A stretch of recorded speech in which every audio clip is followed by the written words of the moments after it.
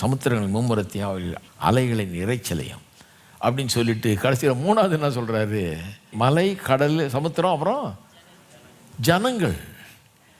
அந்த காலத்தில் இந்த சமுத்திரத்தின் இறைச்சல், அதனுடைய கொந்தளிப்பை பார்க்கும்போது ஜனங்களுக்கு இப்படி தான் மனுஷனும் இருக்கிறான் அப்படின்னு பார்த்தாங்களாம். ஏன்னா ஜாதிகள் ஜனங்கள்லாம் கொந்தளிக்கிறார்கள். அந்த மாதிரி சொல்லியிருக்கு இல்லையா, பழைய ஏற்பாட்டிலலாம் அது வருது, கொந்தளிக்கிறார்கள்.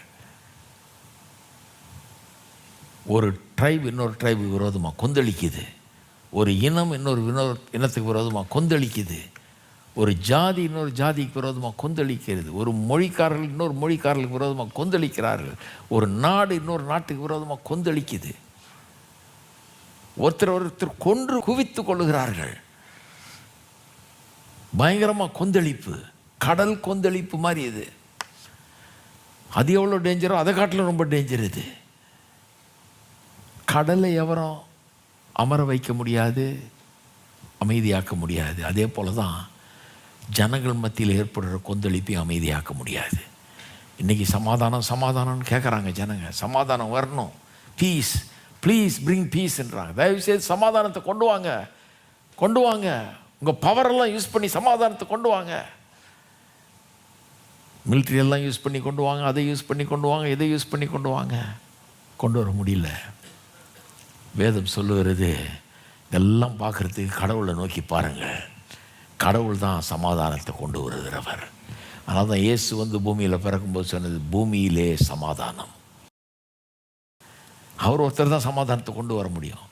பூமி இப்படி தான் இருக்கும், இப்படி தான் இருப்பாங்க, ஜனங்க இப்படி தான் கொந்தளிப்பாங்க. பாவம் இப்படிப்பட்ட காரியங்களை பண்ணுகிறது, கொந்தளிப்பை ஏற்படுத்துகிறது. இதுக்கெல்லாம் பதில் யார்? தீர்வு என்ன? இயேசு சொல்கிறார், நானே வழி சத்தியம் ஜீவனுமாய் இருக்கிறேன் அப்படிங்கிறார். நாம் ஜெபம் பண்ணுவோமா?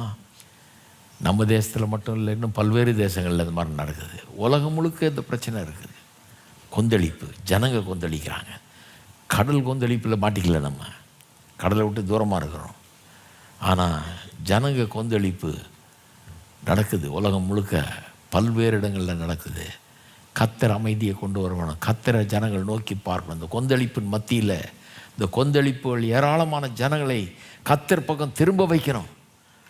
அவளுடைய கண்கள் கர்த்தரை நோக்கி ஏறெடுக்கணும். ஆண்டவரே எங்களை காப்பாற்றும், எங்களுக்கு உதவும் என்று ஆண்டவரை நோக்கி அவர்கள் கூப்பிட வேண்டும். அப்படிப்பட்ட ஒரு சூழ்நிலை உண்டாக வேண்டும். ஜெபிப்போம் நாம் எல்லாரும்.